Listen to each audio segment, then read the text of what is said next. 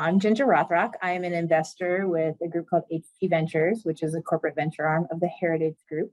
I have a PhD in chemistry, about 20 years on the operating side and entrepreneurship and R&D, done 3 startups and worked for a nonprofit research institute.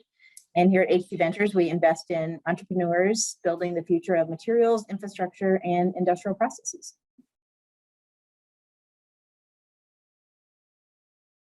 Equitable economic development is really about opportunity being equal.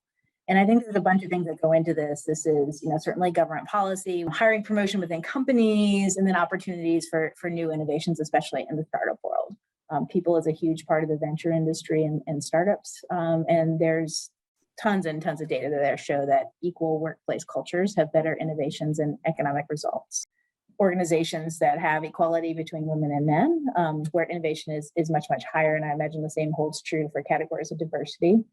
And that, of course, extends quite a bit to the startup aspect, because startups are really extensions of people. And I just want to fund the best ideas and the best executing teams.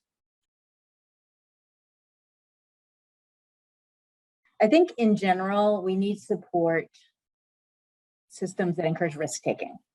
Right. This can be in a large corporate organization or a nonprofit organization where you have mentors and executive leadership that supports a portfolio of innovation, from incremental to highly risky, that goes to universities and these fundamental funding mechanisms, grants and the like, that in many ways still support this old guard more so than the new. So ways that we can support out of the box people and ideas, new company formation.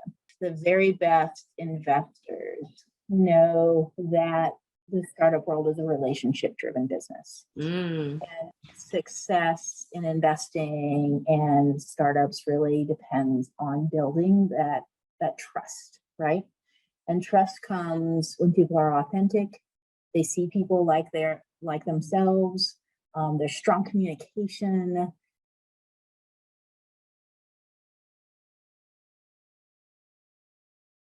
I feel like I can be a positive impact for women and other underserved founders that pitch to our firm specifically.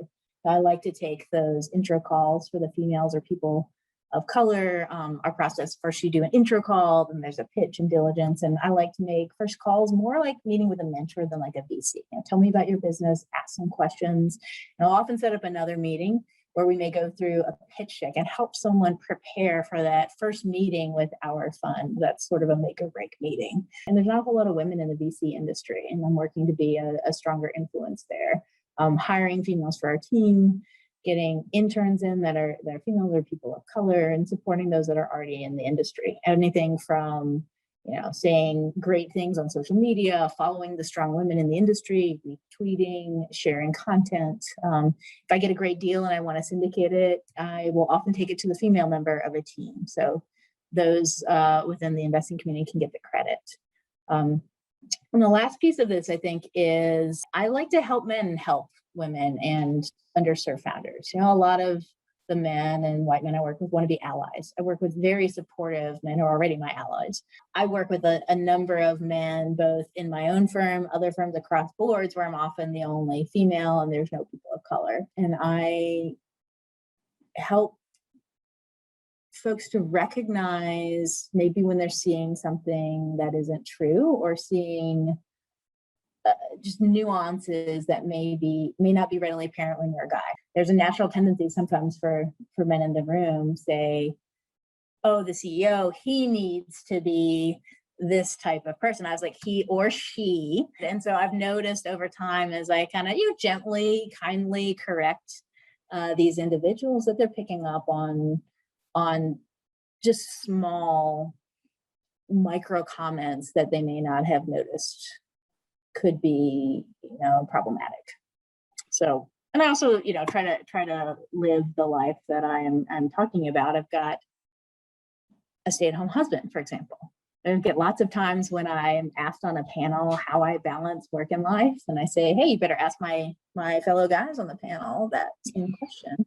But for me personally, I have a stay-at-home husband, and try to normalize things that I've done in my own life that are maybe slightly non-traditional to help myself be successful.